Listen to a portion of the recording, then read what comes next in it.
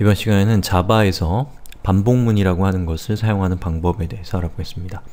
제가 이전 시간에 예고해 드린 것처럼 이 반복문이라고 하는 것은 조건문과 함께 이 프로그래밍에서 가장 중요한 도구라고 할 수가 있습니다. 여기 제가 써놓은 것처럼 인간은 반복적인 작업을 잘 못하죠.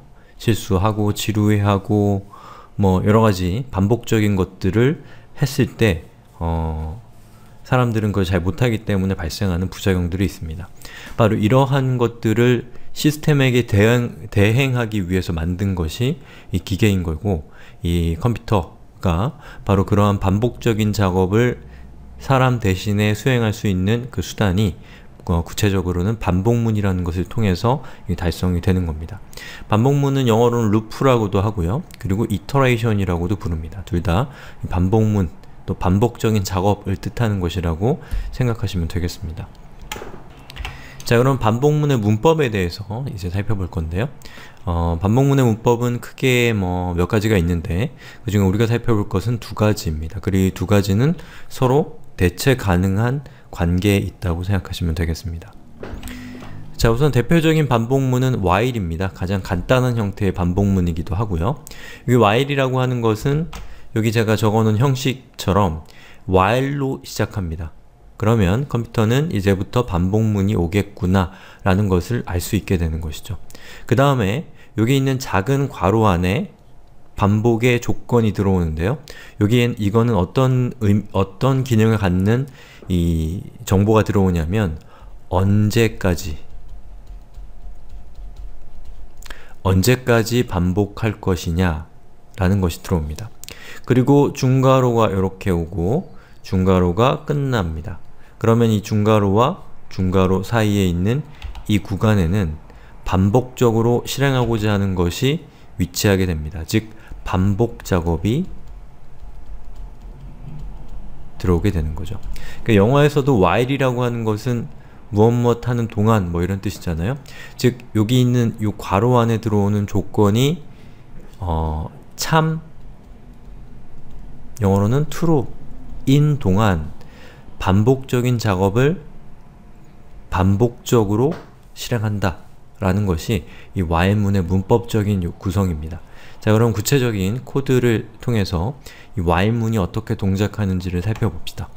자, 그런데 지금 제가 제시해드리는 이 예제는 컴퓨터를 무한반복시킵니다. 무한반복한다고 해서 컴퓨터가 어떤 문제를 발생시키거나 그러지는 않을 건데, 그래도 혹시 모르기 때문에 여러분들이 지금 작업하고 계셨던 것이 있다면 저장하시고 그 다음에 여기 있는 이 예제를 해보시거나 아니면 그냥 제가 하는 것을 보셔도 상관없습니다. 자, 저는 루프라는 패키지 안에 여러가지 그 예제들을 미리 준비해 놨는데요. 지금 우리가 살펴볼 것은 while 데모라고 하는 겁니다. 자, 여기 있는 이 예제를 제가 한번 실행을 시켜보죠. 자, 여기서 실행을 시키면 보시는 것처럼 화면은 똑같이 보이긴 하지만 여기에 스크롤이 왔다 갔다 하면서 막 까불고 있잖아요. 요거는 계속해서 코딩 에브리바디라는 내용이 화면에 출력하고 있기 때문에 그렇습니다. 아마 내버려 두면 계속해서 이렇게 동작을 하게 될 겁니다. 자, 그리고 저의 컴퓨터의 현재 프로세스를 보면 보시는 것처럼 자바가 이렇게 높은 CPU 점유율을 100%는 안 쓰고 있죠. 컴퓨터를 보호하기 위한 거겠죠. 예, CPU를 계속해서 점유하고 있는 것을 보실 수가 있습니다. 자바가 두 개가 실행된 것은 하나는 우리가 작성한 프로그램이 동작하고 있는 것일 거고, 또 하나는 이클립스도 자바로 만들어진 것이기 때문에 이클립스가 사용하고 있는 이 CPU 점유율이 될 겁니다. 자, 그래서 이게 이렇게 쭉 실행이 되면서 계속해서 작업이 진행이 되고 있는 상태고요. 이 상태를 여러분이 강제로 종료시키기 위해서는 여기에 보시면 이렇게 생긴 이 버튼이 있습니다. 이 버튼을 누르시면 됩니다.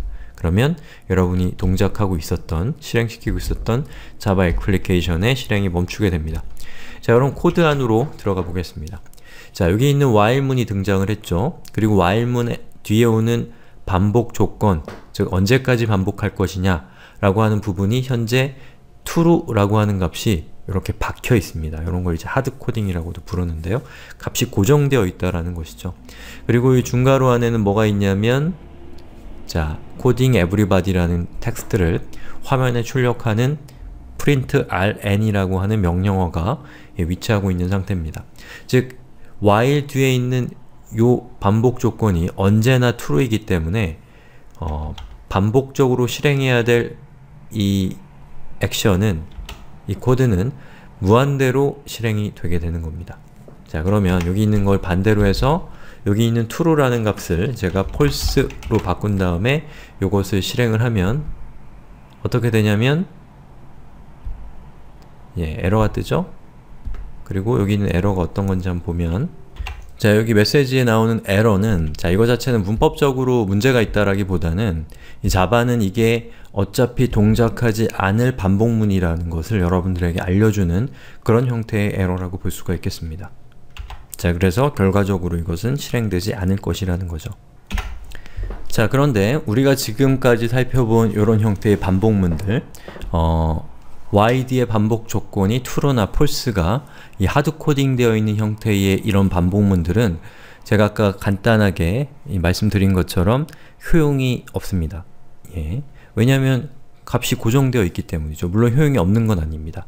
만약에 여러분들이 어떠한 작업을 무한대로 실행을 시켜야 되는 경우도 있을 수가 있겠죠. 일에 따라서는.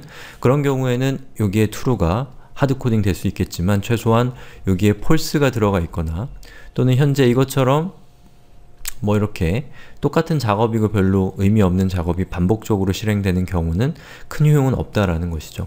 그럼 이 반복문이 조금 더 효용을 갖기 위해서는 좀 더 지능적으로 반복문이 진행될 필요가 있다는 겁니다. 즉, 언제까지 반복이 진행될 것이냐, 바로 그러한 정보와 반복문이 결합됐을 때 반복문은 좀 더 큰 효용을 갖게 된다는 것이죠. 그래서 여기에 있는 요 부분 있죠? 요 안에다가 여러분이 어떠한 변수 값을 줘서 이 안에 있는 이 반복문이 실행되는 요 과정에서 이렇게 실행이 된다라는 뜻이죠. 반복문이 실행되는 과정에서 요 안에 들어가 있는 변수의 값이 뭐 true였다가 false가 돼서 멈추게 한다거나, 또는 요 반복적으로 실행되는 이 구문 있죠? 요 구문 안에서 반복문을 종료시키는 어떤 코드가 어떠한 맥락에서 동작하거나, 이런 걸 통해서 언제까지 반복할 것이냐 라고 하는 것을 여러분들이 프로그래밍적으로 지정할 수가 있게 된다라는 겁니다. 자, 그 방법을 한번 살펴보죠. 자, 여기 있는 요 내용인데요. 이 내용을 제가 코드로 옮겨봤습니다. 자, 이렇게 생긴 코드인데요. 요걸 제가 먼저 실행을 시켜볼게요. 자, 플레이 실행을 시켰더니 보시는 것처럼 이렇게 콘솔이 튀어나오면서 실행 결과가 화면에 표시되고 있습니다. 자, 그 결과는 이렇습니다. coding everybody 그리고 숫자 0부터 자, 숫자 9까지가 이렇게 coding everybody라는 문자열 뒤에 붙는 형태의 이 결과를 만들어내고 있는 겁니다. 자, 그럼 어떻게 반복문을 통해서 저렇게 어떤 내용이 바뀌는 코드를 작성할 수 있는지, 또 10번만 반복하도록 할 수 있는지를 살펴볼 겁니다. 자, 여기 있는 이 코드를 보면, 자, 보시는 것처럼 처음에 i라는 변수의 값을 0으로 지정을 해놨습니다. 그리고 이 i라는 값은 어떻게 사용되냐면 언제까지 반복할 것이냐 라는 것에 대한 기준점으로 사용이 될 겁니다. 자, while문이 등장하는데요. 지금까지 우리가 true나 false 그 둘 중에 하나의 값을 하드코딩 했었던 거에서 벗어나서 보시는 것처럼 i와 10이라고 하는 숫자를 비교하고 있습니다. 자, 비교 연산자의 결과는 언제나 어떤 값을 리턴하나요? true 아니면 false 그 둘 중에 하나의 값만 올 수가 있죠.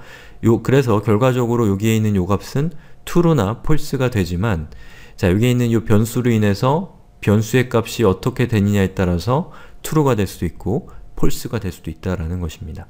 그래서 여기 있는 이 값이 true면 반복 조건이 만족되기 때문에 이것이 실행이 되고, 여기 있는 값이 false면 이것이 실행이 되지 않고 while문 뒤에서부터 다시 실행이 시작되게 된다라는 겁니다. 그 다음에 여기 보시면 처음에 i는 0이잖아요. 그러면 요 i에 지금 어떤 값이 들어가 있을까요? 0이죠.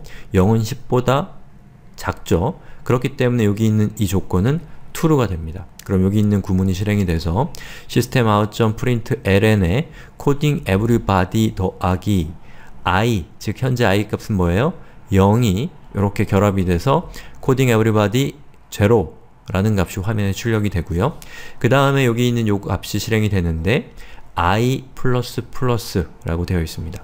요 우리가 앞에서 배운 기억이 나는데, 자, 이것은 어떤 것과 같은 뜻이죠? 이것은 i는 i 더하기 1이라는 이런 형태의 연산과 동일한 역할을 한다라는 겁니다. 즉 현재 i의 값이 뭐죠? 0이죠. 거기에다가 더하기 1을 하면 1이 되죠. 그것을 i의 값에다가 이렇게 넣기 때문에 i의 값은 이 구문이 실행이 되면 0이었던 것이 1이 되는 거죠. 그 다음에 이 구문이 실행이 끝나면 다시 여기 있는 이 반복 조건을 체크하게 되는 겁니다. 자, 여기 있는 반복 조건을 다시 체크를 하게 돼서 현재 i의 값은 뭐죠? 현재 i의 값은 1이죠. 1은 10보다 작기 때문에 여기 있는 이 녹색 구분은 다시 true가 되죠. 그럼 여기 있는 부분이 또 실행이 쭉 되면서 coding everybody i의 값은 1이니까 1이 화면에 출력이 되고, 자, 요게 실행이 되면 i는 1이었으니까 i의 값은 2가 돼서 i가 2가 되는 거죠. 자, 그 다음에는 또 어떤 일이 생기나요? 자, 여기 있는 이 구문이 다시 호출이 되는 거죠. 그래서 i의 값은 현재 2가 되어 있는 상태고요. 2가 되어 있는 상태고 2는 10보다 작기 때문에 true. 그런 식으로 반복적으로 이 과정이 반복되면서 coding everybody라는 이 텍스트가 화면에 출력이 되겠죠? 언제까지 그렇게 출력이 될까요? i의 값이 9가 됐을 때, 자, i가 9가 됐을 때 9는 10보다 작기 때문에 참이기 때문에 요 i에는 9가 들어가죠. 그래서 coding everybody 9까지 출력이 되고요. 자, i++ 요것으로 인해서 i의 값은 10이 되죠. i는 10이 되는 거죠. 자, 그러면 요 i가 10이라는 값이 여기로 들어왔을 때 10이 10보다 작나요? 그렇지 않죠. 그렇기 때문에 여기 있는 부분은 false가 되면서 여기 있는 이 while 구문은 완전히 종료가 되고, while 구문 뒤에 나오는 코드가 있다면 그 코드가 순차적으로 실행이 되기 시작하게 되는 거죠. 자, 그렇게 해서 실행한 결과가 아까 여러분들이 보셨던 요 coding everybody라는 요 텍스트가 화면에 순차적으로 이렇게 출력이 되는데, 요 뒤에 있는 요 숫자 부분만 보시는 것처럼 이렇게 가변적으로 바뀌고, 그리고 coding everybody는 텍스트의 마지막으로 9라고 하는 글자가 찍혀 있는 것이 마지막으로 실행되는 이 예제가 이렇게 동작하게 되는 겁니다. 자, 요거 아주 중요한 내용이기 때문에 잘 이해가 안 가시는 분들은 한 번 더 내용을 꼭 한번 살펴보시기 바라고요. 다음 동영상에서는 while문과 함께 이 반복문에서 가장 많은 빈도수를 갖고 있는 포문을 살펴볼 겁니다. 저는 사실 while문보다는 포문을 좀 더 많이 사용하는 편인 것 같아요. 그래서 while과 포문은 스타일에 따라서 여러분이 선택하시면 되는 거고요. 두 가지가 서로가 이 대체 가능한 관계이기 때문에 그 중에 하나를 사용을 하시면 되는 겁니다.